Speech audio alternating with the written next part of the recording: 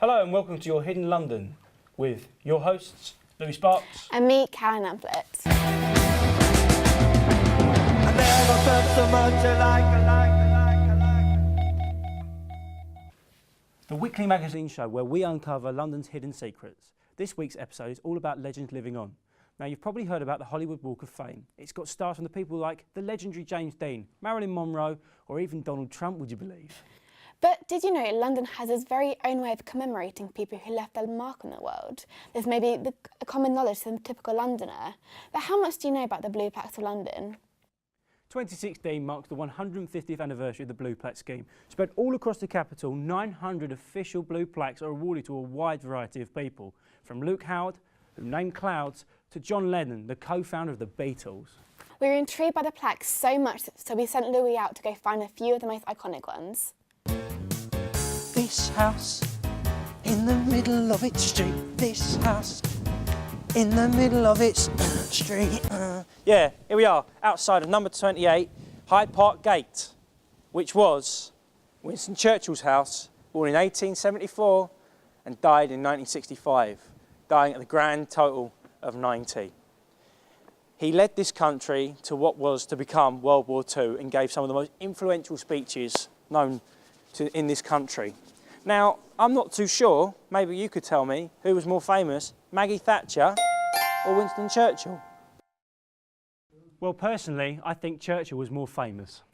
I think the coal miners would have to disagree. Thatcher was infamous for her diverse policies that led to mass unemployment in the 1980s. Yeah, but the thing is, I can't do an impersonation of Maggie Thatcher. Sorry and all that, but it's just not going to happen. But you can do a mean impression of Churchill. I can indeed. QVT. We will find them on the beaches, we will find them on the landing ground, we will find them in the fields and on the streets. We will never surrender.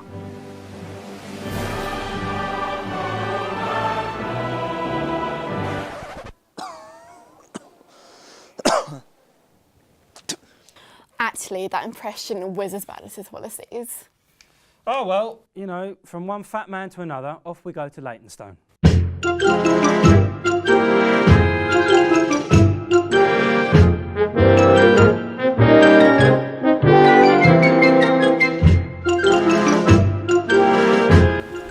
And we're here in East London, underneath Alfred Hitchcock's plaque.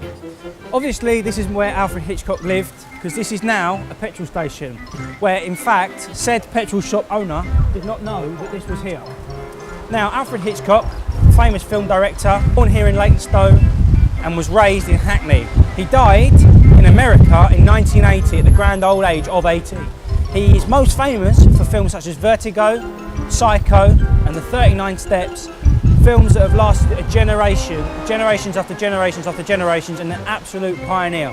He's probably most famous for Psycho, which is probably the most well-known film he's ever made.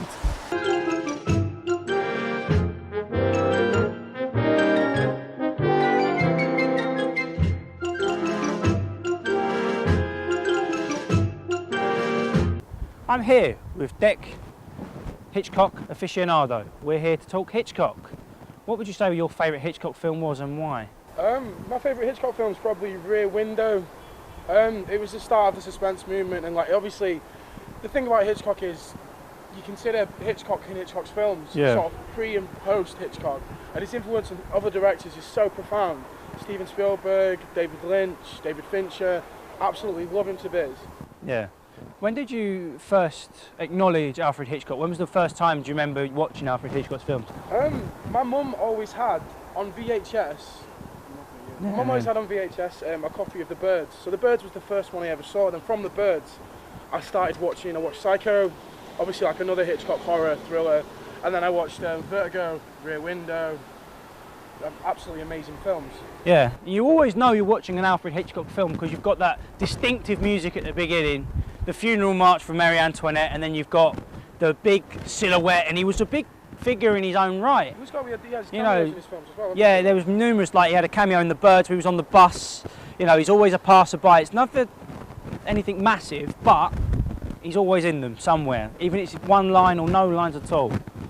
Would you agree? Yeah. Excellent. Deck, thank you.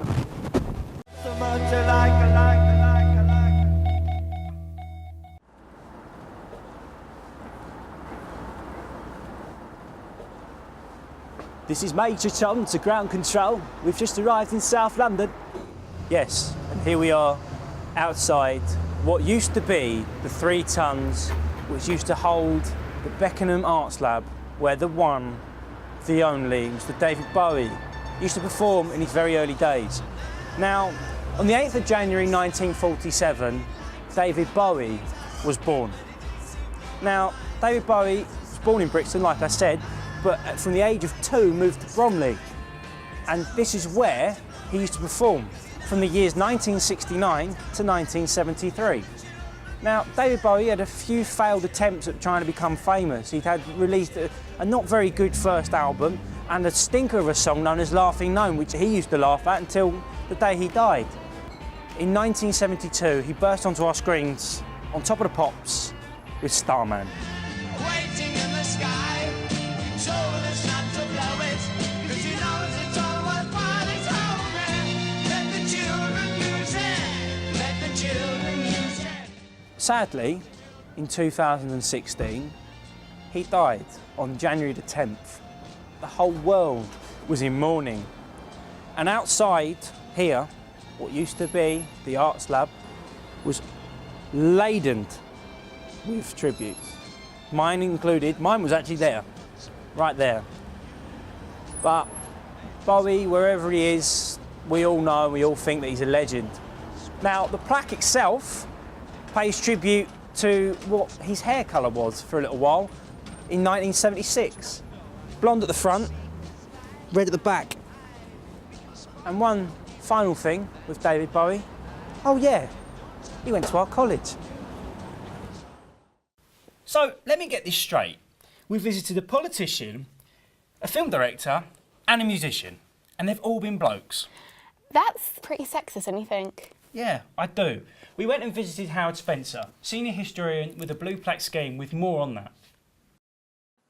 Earlier this year, on International Women's Day, we did an appeal to increase the number of nominations for women to have blue plaques, as we are aware that the large majority of plaques in London do belong to men. The reason for that is only in recent decades, women have begun to take on larger public roles. If you think about it, women only got the same voting rights as men in the 1940s. It's been a fairly modern phenomena, and essentially, that's the reason for the imbalance between men and women being awarded the blue plaques. When speaking with Howard, he introduced us to the book that he co-wrote as part of his work at the National Heritage Scheme. That's right, the English Heritage Guide to London's Blue Plaques goes into detail of the buildings and areas that have harboured the creative masterpieces, new discoveries and history-making events that made London such a dynamic city. I must say, it was a very interesting read. It really is the A to Z of blue plaques, and if you want to get your hands on a copy, it's available in all good bookstores now. All this talk of blue plaques, however, may have got you motivated to go and explore them for yourselves. If so, it's your lucky day. The National Heritage created an app compatible with both iOS and Android that allows you to find plaques near you, learn more about your favourite figures from history, and discover the unsung heroes from London's past. On the app, you can use the GPS technology, which tracks your location to walk in the footsteps of some of the capital's most notable residents on the themed tours through London's historic streets. So without further ado, let's give it a go.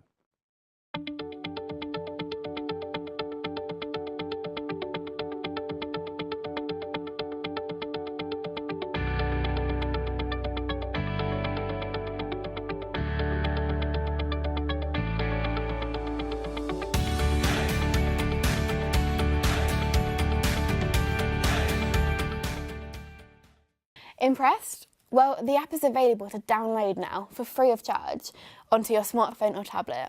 Just search Blue Plaques of London into your app store. Make sure you check it out. Here's what's coming up on next week's show. You've been Caroline Amphlett, I've been Louis Sparks. See you later, bye bye.